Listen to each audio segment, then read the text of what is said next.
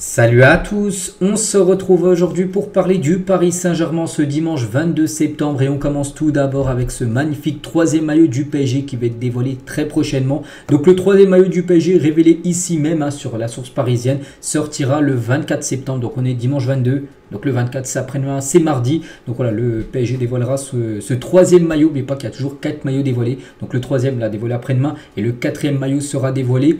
Ça sera au mois de janvier prochain, en janvier 2025. Mais voilà, concernant ce troisième maillot, il va être sublime de couleur rose avec Qatar Airways, toujours avec Nike mais avec Air Jordan, un partenariat Nike Air Jordan. Donc voilà, ce maillot pourrait être porté dès la semaine prochaine contre l'équipe de Rennes. On verra. Et ce maillot pré-match du troisième maillot du PSG qui sort bientôt également, peut-être après-demain, aurait clairement pu être un maillot de match tellement qu'il est magnifique. Je ne sais pas si vous voyez avec des logos du PSG un peu sur le fond, un peu argenté, en relief, on peut dire sublime maillot. Donc voilà, tous ces maillots-là devraient sortir. Donc il n'y a pas que les maillots, il y a les claquettes, il y a la casquette, il y a le short, il y a le pull, il y a tout. Il y a plein de nouvelles collections de vêtements là qui va sortir normalement. Ça sera après-demain. On continue les gars avec maintenant le programme bien sûr. Le PSG a joué hier contre l'équipe de Reims. Donc maintenant le prochain match, j'ai dit, c'est la semaine prochaine contre Rennes. Et après ça sera Arsenal bien sûr, le match de Ligue des Champions après la victoire difficile contre Girone. Là ça sera un gros morceau bien sûr. Tiens à noter que Arsenal joue contre Manchester City aujourd'hui, comme ça on pourra voir un peu l'état de forme de cette équipe avant que le PSG bien sûr les affronte. Après il y aura Nice, un déplacement à Nice, puis après ça sera de nouveau une trêve internationale. On continue les gars avec une info qu'on a pu voir. Donc un éducateur du PSG poursuivi pour corruption sur mineur. Donc le suspect âgé de 27 ans est renvoyé devant le tribunal correctionnel et a été mis à pied par le centre de formation du Paris Saint-Germain.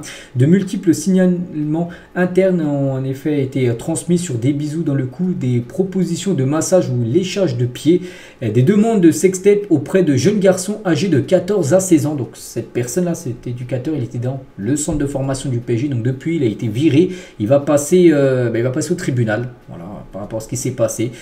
Voilà, une info qui concerne bien sûr le Paris Saint-Germain qu'on aurait voulu ne jamais parler parce que ça c'est pas une belle image on peut dire du club. Toujours bien sûr avec l'équipe, donc le PSG s'est associé à Penningen, l'école internationale d'architecture intérieure, de communication et de direction artistique pour une collaboration inédite. Donc 26 étudiants de 3e et 4e année de l'école Penningen ont été invités à concevoir un portfolio de 8 affiches représentant les matchs de phase de groupe du PSG en Ligue des Champions cette saison. Les affiches conçues par les étudiants s'inspirent de l'histoire, de la culture et de l'identité des villes des clubs adverses. Donc voici toutes les affiches. Donc par exemple, il y a le match contre Girone, je vous l'ai montré en plus quand j'avais fait l'avant-match, je vais montrer la première photo où j'ai dit ces jours de match. Et je vais montrer, tiens, cette photo là, tout en bas à gauche, PSG Girona. Donc voilà, chaque affiche, c'est par rapport à un match de Ligue des Champions. En bas à droite, on peut avoir PSG Manchester City ou le PSG PSV. Prochain match contre Arsenal, ça sera celle du milieu tout à droite. Il y aura aussi le PSG Atlético. Donc voilà, chaque affiche sera utilisée par le compte officiel Twitter ou Instagram du PSG pour parler du match de Ligue des Champions. Donc voilà, en gros, c'est fait par des étudiants.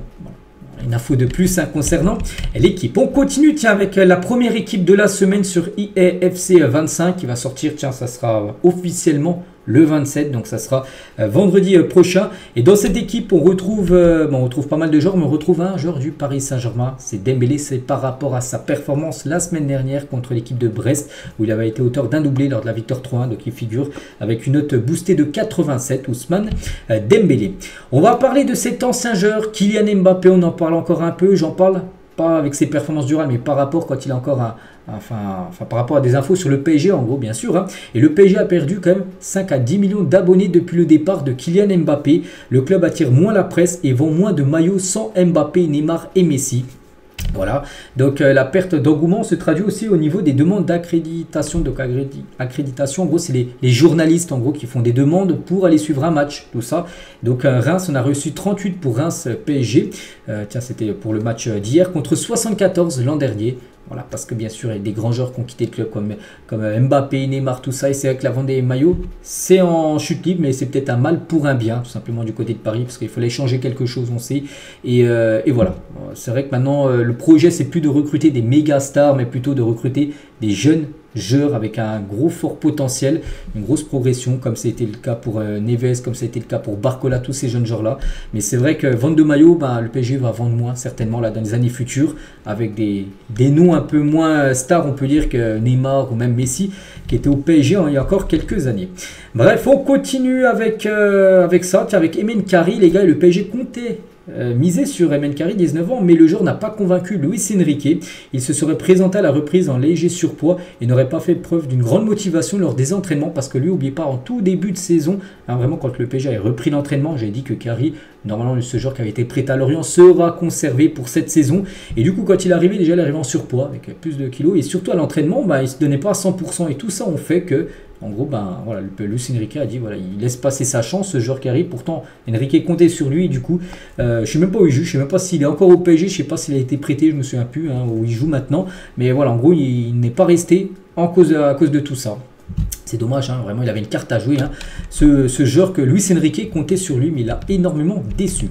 On va parler de Miguel Ramirez. Donc sur Pacho, Ramirez, c'est un ancien coéquipier bien sûr à Pacho. Il tient quelques déclarations de ce joueur vraiment qui est arrivé au club. C'est qu'on a parlé beaucoup de Neves, on a parlé aussi beaucoup de Doué, tout ça. Mais c'est vrai que c'est une recrue peut-être qu'on a le moins parlé. C'était une recrue express, n'oubliez pas que lui en 24-48 heures, la première rumeur, et ça a été fait 24 heures après. Donc ça a été très rapide son transfert.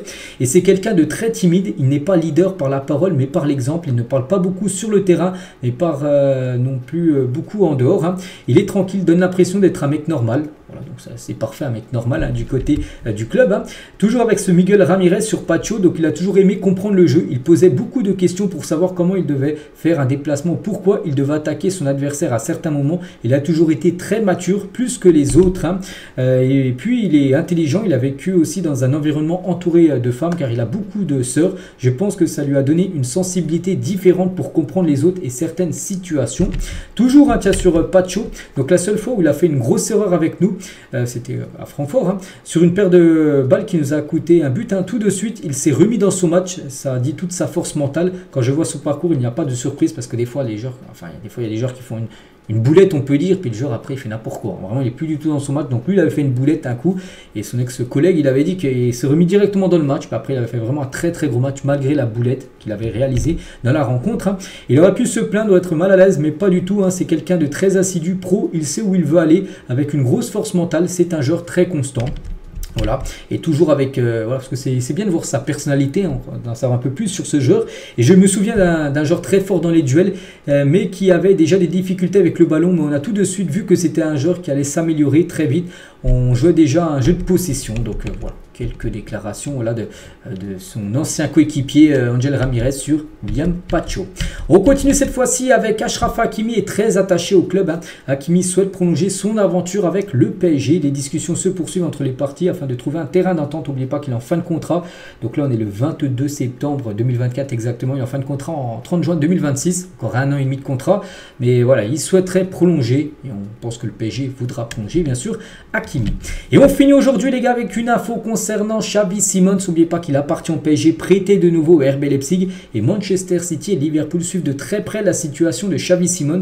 Le club mancunien voit le néerlandais comme un potentiel remplaçant de Kevin De Bruyne, qui arrive en fin de contrat, en fin de saison, qui pourrait partir de City, et en gros il miserait tout simplement sur Xavi Simons pour le remplacer.